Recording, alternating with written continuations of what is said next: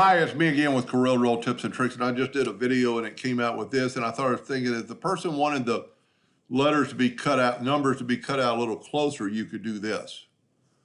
It's a little unorthodox. I've still got my same nudge factor, so I can still put my shadow right back where it was, but I'm going to take this thing and I'm going to move it down, nudge it down, then I'm going to Control D. And then I'm going to Control D this one and move it up. The reason for that is if I need to do a boundary around this, I'm going to have to go and break the curve apart and it fills this in.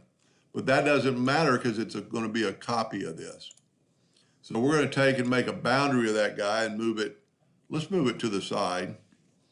Then we'll make a boundary of these guys and move it to the side. Matter of fact, let's move it a little bit further to the side.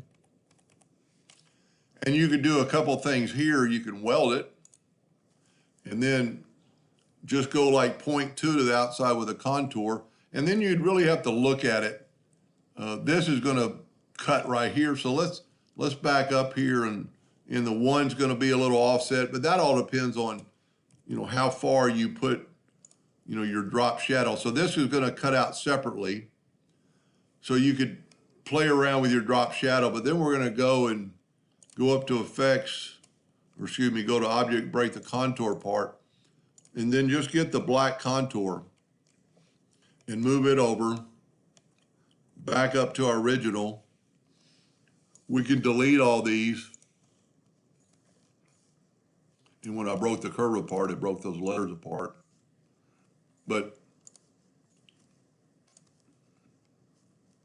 And then just bring in your drop shadow. Let's get rid of this contour box. And because I'm nudging, I don't have any problem getting it right back to where it was. So now your shadow is going to be cut out separately. Now you could do like we did before and break the curve apart and get rid of that.